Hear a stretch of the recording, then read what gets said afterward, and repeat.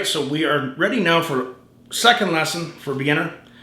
So keeping in mind that our plan, you did the plan, you got comfortable holding the guitar, the classical position, you memorize the names of the strings, in and out, E, A, D, G, B, E. You have that memorized completely, no ifs, ands, or buts, you have it memorized. And we start to get our right hand trained for picking. And we like to do that first before we get into strumming, because if you start strumming and you're not playing the chords properly, you might not hear the mistakes, so you're teaching yourself a bad habit and reinforcing it. Where if you pick the chord first, if you're making a mistake, it can't hide. All right? So, next thing. We are just about ready for our first chord. What do you think of that? First chord, E minor. Now, E with a small m means minor. First thing we got to look at a couple things that are very, very important. Your thumb is the captain of the army, okay? Your thumb is very, very important in the playing of guitar. In the beginning, when you can't quite get things to sound, a lot of it is adjusting your thumb, okay? So here, what we don't want is we don't want the guitar to sit in the palm of our hand, okay? We do not want this. This is not good. We want space with our thumb and our fingers, okay? So our thumb is going to create space. So I keep my thumb lined up almost to my middle finger, okay? But I never let the guitar sit in the palm of my hand. That's going to create a whole bunch of new problems for you when you're trying to get these chords to ring properly. So if we look at what's called a basic chord diagram, so we have these 6 lines, okay? We look at the lines on the guitar. We have our strings memorized now, so you're not going, oh, I'm not sure. You remember, you did what I asked. E, A, D, G, B, E, the line's going down. Then also, we have like a little grid here. We have frets. This is our first fret, second fret, third, fourth, fifth, sixth, seventh, eighth, ninth, 10th, 11th, and 12th.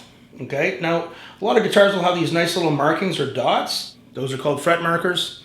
They help us with knowing where we are on the guitar when we're playing. Third fret, fifth, 7th, 9th, and 12th. Of course, there are more fret markers, but we'll get into that more as we advance. A dot saying 2 and a dot saying 3 on the second fret on the A string and the D string, okay? So now we're going to, with every chord, we're going to pick it first. Guys, I'm saving you a lot of heartache and frustration doing this.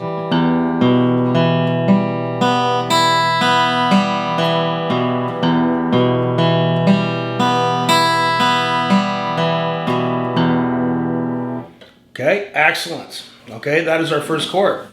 Sometimes people will say to me, how do I know when I have the chord down? How do I know when I have it? Well, it's quite simple. I like to call it the 10 test. When you can play a chord 10 times in a row with no mistakes, you pretty much got the chord. So, if we were to do that with an E minor chord,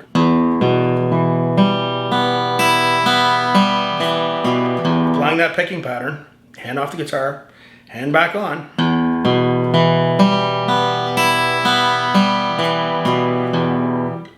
Twice, not bad, eh, for an old guy.